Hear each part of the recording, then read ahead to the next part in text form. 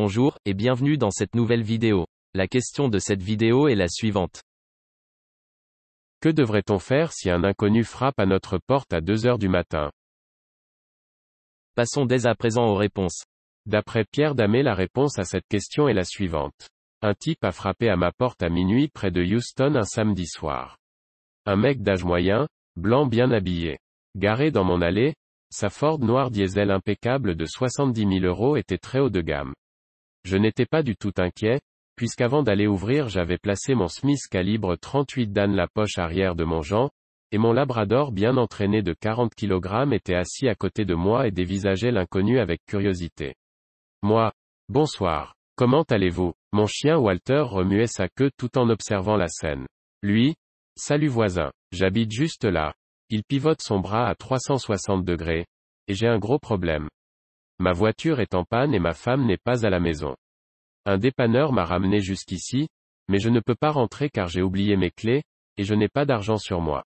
Je ne peux donc pas le payer, et j'aurais besoin de 75 € pour le payer. Serait-il possible de vous les emprunter jusqu'à demain? Sinon, il va emmener mon 4x4 à la fourrière et ça va me coûter 300 €. Pouvez-vous donner un coup de main à un voisin? Ce n'est pas une arnaque. Regardez. J'ai une Rolex au poignet et un ordinateur à 1000 € dans la voiture. Ceux d'entre vous qui ont un labrador savent que ce sont les plus humains des chiens, et qu'ils communiquent avec un simple regard. Les yeux de Walter me disaient. Hop là. Ce sale type glauque n'a pas de pupille. Je crois que ce c'est astérisque nard est juste à la recherche d'argent pour sa drogue. Je soupire, parce que ce chien est super, mais il a le don d'enfoncer des portes ouvertes des yeux. Sérieux. Je ne vais pas dire. Comme mon chien le voudrait.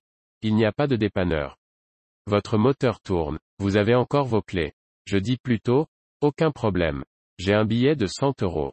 Laissez-moi votre ordinateur et vos clés de voiture, payez le dépanneur, ramenez-moi la monnaie demain et je vous rends votre ordi et votre 4x4. Le type me regarde. Un moment passe. Finalement, il dit. Le dépanneur ne rend pas la monnaie. Je vais essayer un autre voisin. Et il s'en va. Ce satané chien me prend pour un idiot. D'après Soufiane Lajoudji, la réponse à cette question est la suivante. C'était 9 ans environ à 3 heures quelqu'un a commencé de frapper la porte de maison de toute sa force, et il criait à très haute voix, ouvre la pote fils de P astérisque astérisque astérisque, ouvre-le ou je vais la casse. Je me souviens que à cette époque je partage la chambre avec mon petit frère et j'ai 2 autres grands frères dans une autre chambre et mes parents leur chambre était au fond de la maison car c'était une maison avec une architecture traditionnelle, alors toute la famille s'est réveillée terrifiée, personne n'a compris ce qui se passe. Mon père a essayé de lui calmer mais l'étranger ne voulait pas et il frappe encore et encore, on a remarqué qu'il était sous l'effet de l'alcool, mon père a appelé la police, 10 minutes passent. Et la police n'arrive pas. Je vais ouvrir la porte, soyez prêts, disait mon père à mes 2 grands frères en prenant dans leurs mains des bâtons. Moi et mon petit frère et ma mère nous restions loin derrière les autres, la surprise c'était lorsque mon père ouvrit la porte, il n'a rien trouvé, l'étranger s'est enfui tout simplement. Jusqu'à maintenant j'ai pas compris pourquoi il a fait ça et qui cette personne parce que malgré mon père l'aperçut par les petites fissures de la porte mais il le ne connaît pas. Je suis pas d'accord avec mon père, je pense qu'il devrait attendre la police. D'après Nicole Julien, la réponse à cette question est la suivante. Pour une femme seule, je suggère de ne pas répondre, c'est trop stressant. Vous pouvez par contre regarder si c'est une personne en détresse et s'il elle est poursuivie, mais à part ça, je n'ouvre pas.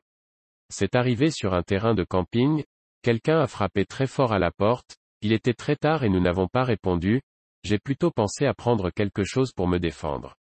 Nous avons ouvert après seulement 15 minutes et là j'ai vu que la même chose était arrivée à un des voisins sur le terrain de camping. Sûrement des jeunes qui s'amusaient à faire peur. À moins d'entendre des cris de détresse, je n'ouvre pas.